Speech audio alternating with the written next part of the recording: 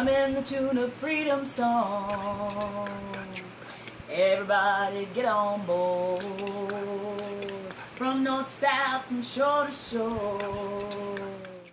There's been a lot of conversation taking place recently, and these are good conversations that really need to start happening. That they actually should have. Well, frankly, we shouldn't be here. Okay, the concept of good versus evil. We all know that to do the right thing, unless you're a psycho or a sociopath, if you're doing something you shouldn't be doing, immediately your conscience will kick in, as we call it, and you will know that you're doing something wrong.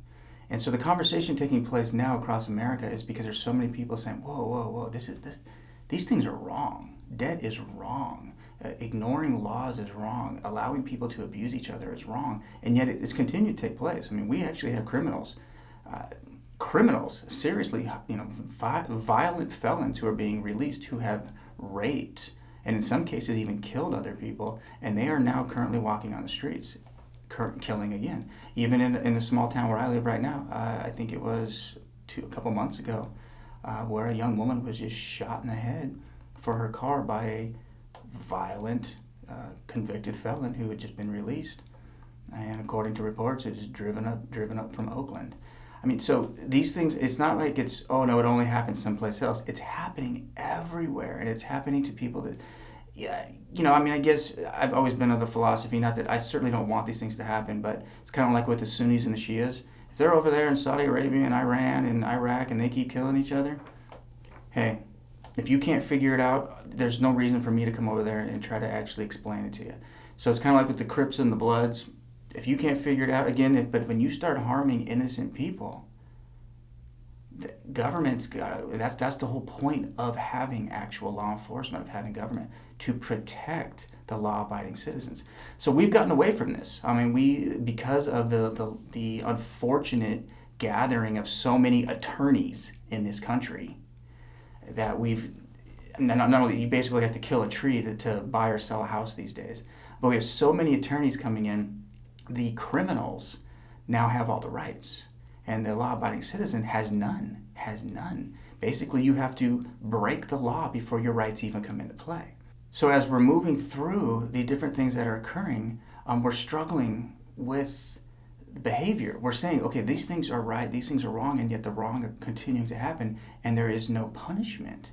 There is no stopping, there is no discipline. Our morals, our ethics are coming into play.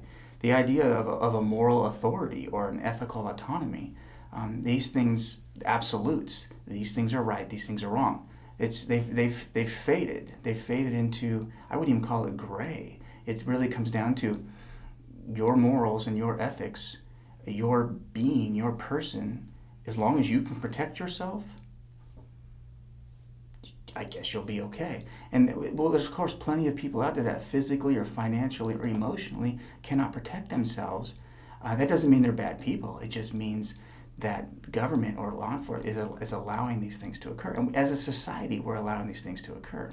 So we know this because from the last, and it's not just been Obama. You go back from Bush all the way to Clinton. The last three presidents have done nothing. They've lied to us. I mean, they've lied from the bully pulpit. They have lied under oath.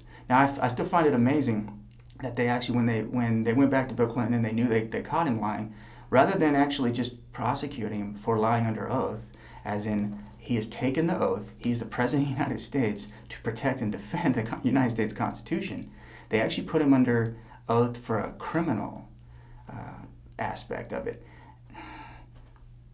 You can't tell me that you or me are standing up, putting up our hand in a regular court is more important than the man who stands up in front of us, who's been elected, and raises his right hand and says, I swear to protect and defend the United States of America.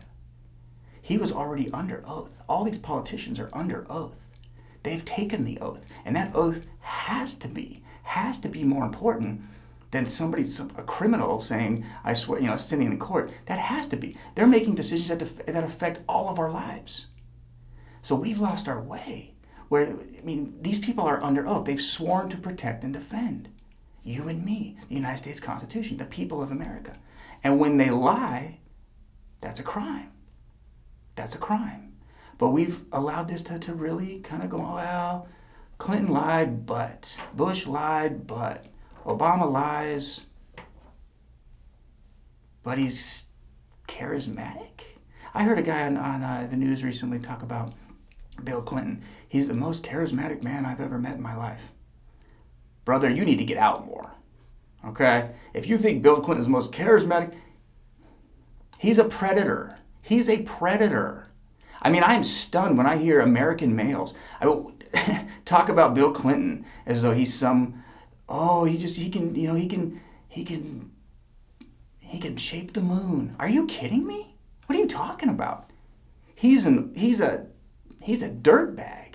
He is a predator. He preyed on and took advantage of young women that we know of. There's plenty of situations out there that we know of where he didn't actually take advantage. He forced himself upon some of these people. They're on record saying so. He's not charismatic. He's a scumbag. Wake up. And his wife knew about it the whole time.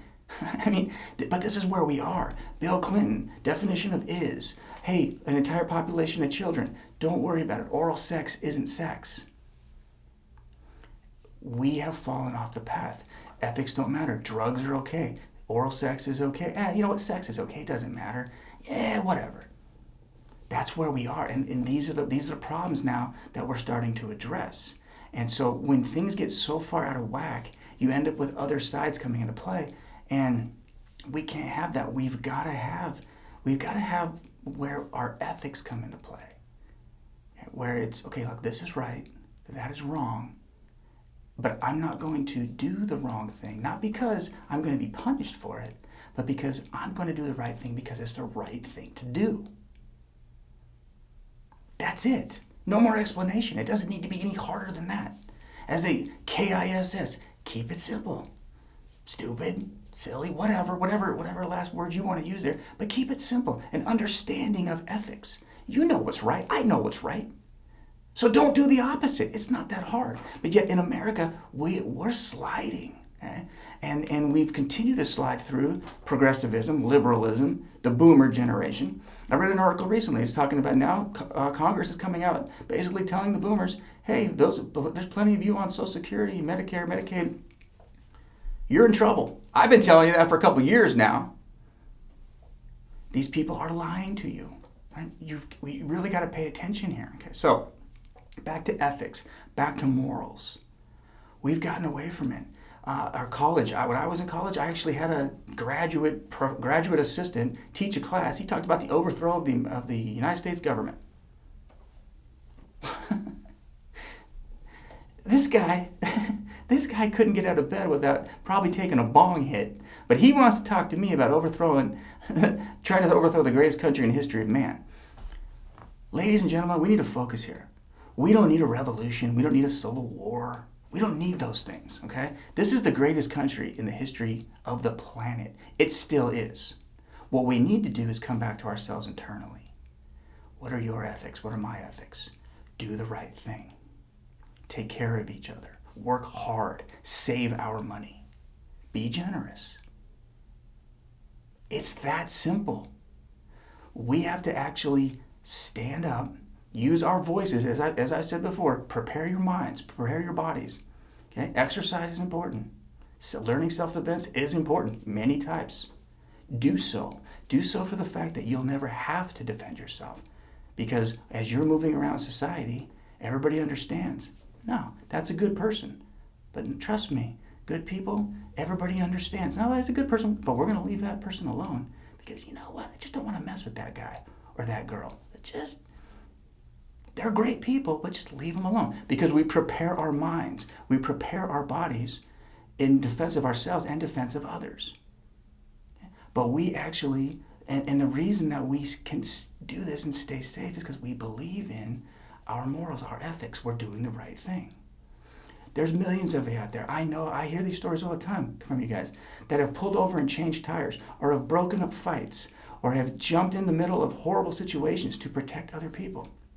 God bless you. That's what America's all about. We have to come back with these things. We can't keep running around talking about this ridiculousness that these politicians are giving us or this this whole absurdity that we have to embrace other people's oppression because they call it religion. No. It's not a requirement of me to know or learn or be a part of anything that has to do with anything that's oppressive.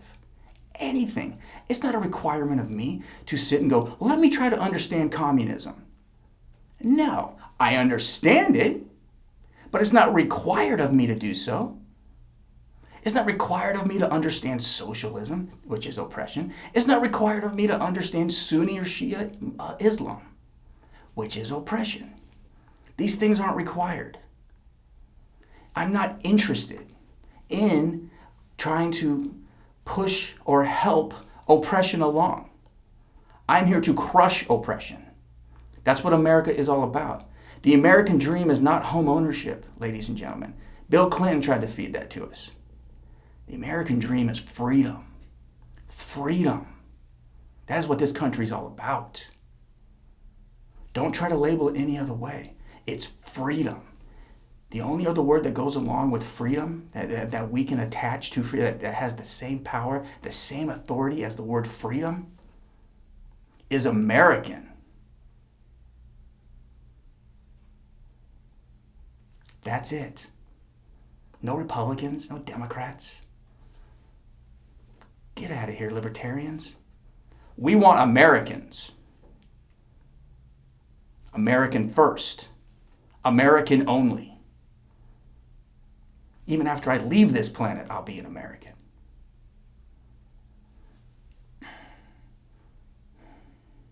American ethics, based on freedom, based on unbelievable hard work, because that's what we do. Saving our money, not debt. And then being generous. We are the most generous people this world has ever seen. We've got to get back to that. And I know there's millions of you that have never stopped doing that.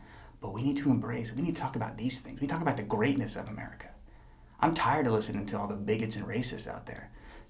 Republican politicians, Democratic politicians, Barack Obama, John Boehner, have a Coke and a smile. We don't care what you think. We don't care what you think. We've got to come back to our morals, our ethics, who we are as a people. We are individuals. You're responsible for your life. I'm responsible for mine. You take care of you. I'll take care of me. Then we can go out and take care of each other. There was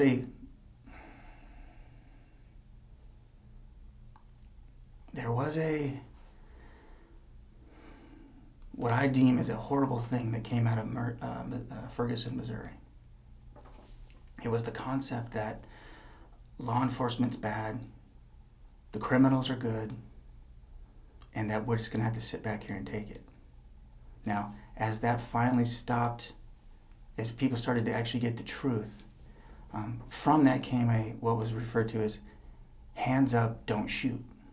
Hands up, don't shoot. You know, this is the ultimate victimization, because they actually took a situation that didn't exist, that never happened, and turned it into actually a very powerful message that shot across the nation, and even throughout the world. Now, the majority of us just shook our heads because it was ridiculous, because it wasn't true. But from a perspective of branding, it was a powerful message. Hands up, don't shoot. We all heard it. We all heard it. It didn't help us. It actually pushed us further away from each other. Because the people out there saying, hands up, don't shoot, we're lying. We're pushing a lie. And just as we can see with Barack Obama or George Bush or Bill Clinton, when you try to push lies, all you do is harm the very fabric of this country. And it pushes people, it takes people away from each other rather than coming together. But I thought about the hands up, don't shoot. And I really, really took a look as these people were walking with all their hands up. And the concept that I've always thought about many, many times is how we actually have more in common with each other than not. We all, for the most part, have two eyes, nose. We all breathe oxygen. We need our water, food, shelter. arms, legs. I mean, for the most part, we really have so many things that we have in common, that the only thing that's driving us apart right now, that's being used to drive us apart in America, is the color of our skin. And so as I'm standing and I was watching people with their hands up, don't shoot, I looked at their hands. And then I looked at mine. Now, it was kind of an interesting thing for me to sit there and really take a look at this, and try to conceptualize what it was that I was seeing. Because again, for me, I don't care what you look like. I don't care where you're from.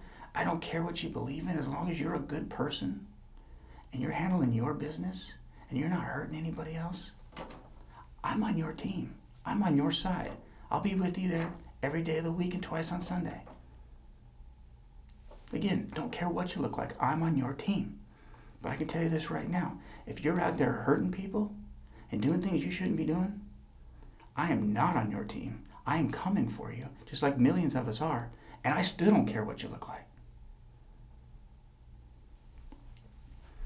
But as I watched all this pain taking place, and I'm watching people say things that are just untrue, and the anger is building, and anger comes from fear. And I'm thinking, how do we fix this? How do we take something that actually, as a brand, worked? It worked. I mean, people across America, whether you agreed with it or not, hands up, don't shoot was being said by everybody. But then again, I looked at their hands and I looked at mine.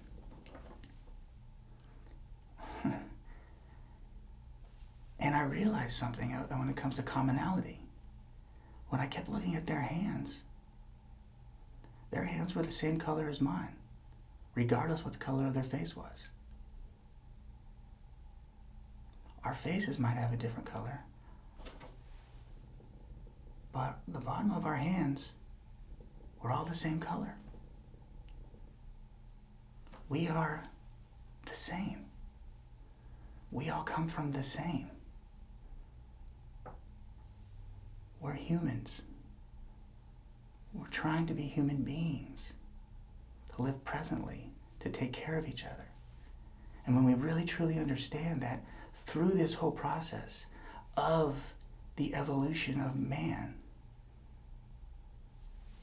just look at the bottom of your hand. It doesn't matter what the color of your face is. It's going to look just like your neighbor. We all came from the same thing. And we're in this together. So I thought about it. Hands up, don't shoot. We need to replace this. Hands up, be astute. Hands up, be astute. Hands up, there's your proof.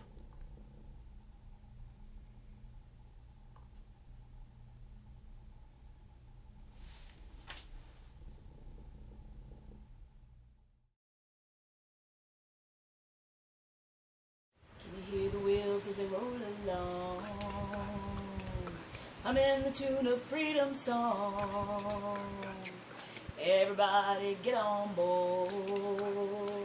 From north to south, from shore to shore.